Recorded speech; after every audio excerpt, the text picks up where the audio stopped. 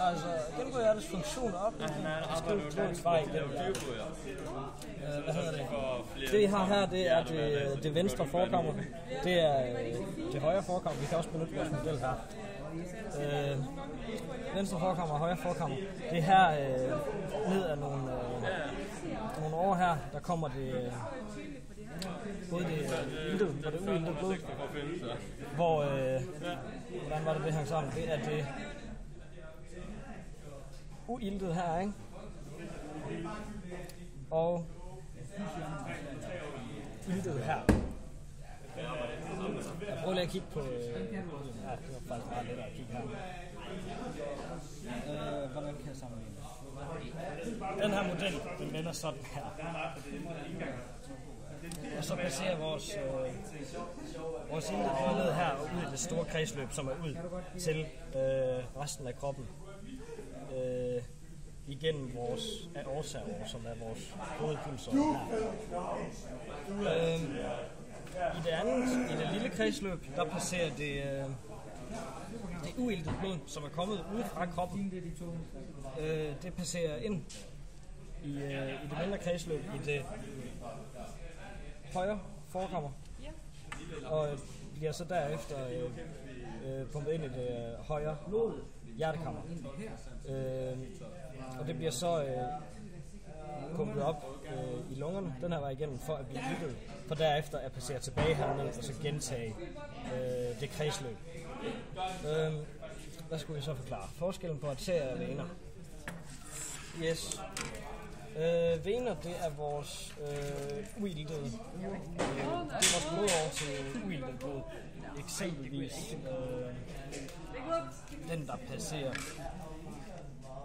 igennem her.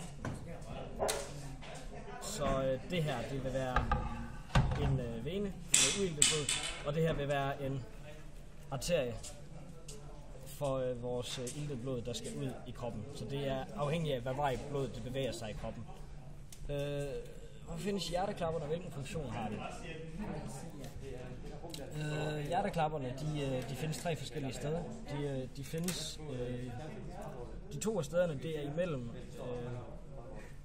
højre forkammer og højre hjertekammer, og venstre forkammer og venstre hjertekammer.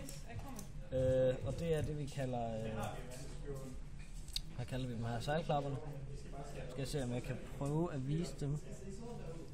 Jeg havde en rigtig tydelig en her. Nu kan vi se, hvorfor vi kalder det en, en sejlklap, fordi det ligner stort set også. Så er der en lommeklap, som vi har imellem aorta og lungepulsåren. Jeg ved ikke, om man kan se den dernede. Nej, ikke rigtigt. Men den er i hvert fald hernede. Ja. Og den ligner sejlklapperne til forveksling. Og deres funktion, det er at blokere blod, så det ikke placerer i den forkerte retning.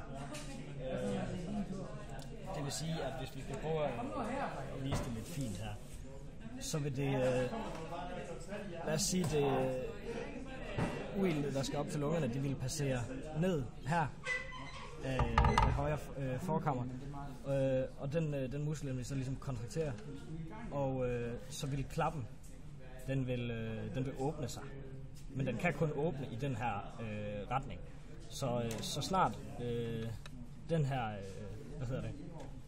højre side af musklen, den så kontrakterer, hvor den her opslapper af, så vil klappen lukke, og så kan blodet kun bevæge sig opad og ud af lungepulsåren. Og det er så sådan set alle klappernes funktion, det er at blokere blodet, så det ikke flyder i den forkerte retning. Det samme er gældende for det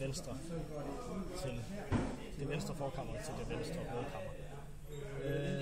Der forstås ved henholdsvis det lille og det store kredsløb. Det lille kredsløb, det er det, der bevæger sig fra hjertet og op til dine lunger for at blive iltet.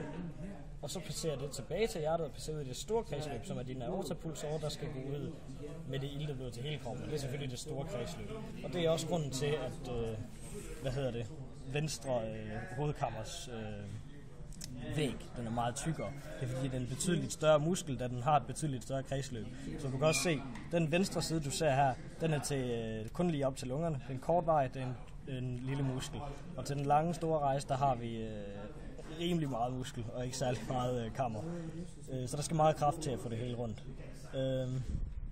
Hvorfor kan jeg det blodstilførsel fra kranspulsåren på trods af alt det blod, der løber igennem det? Men det er jo naturligvis, det er fordi, at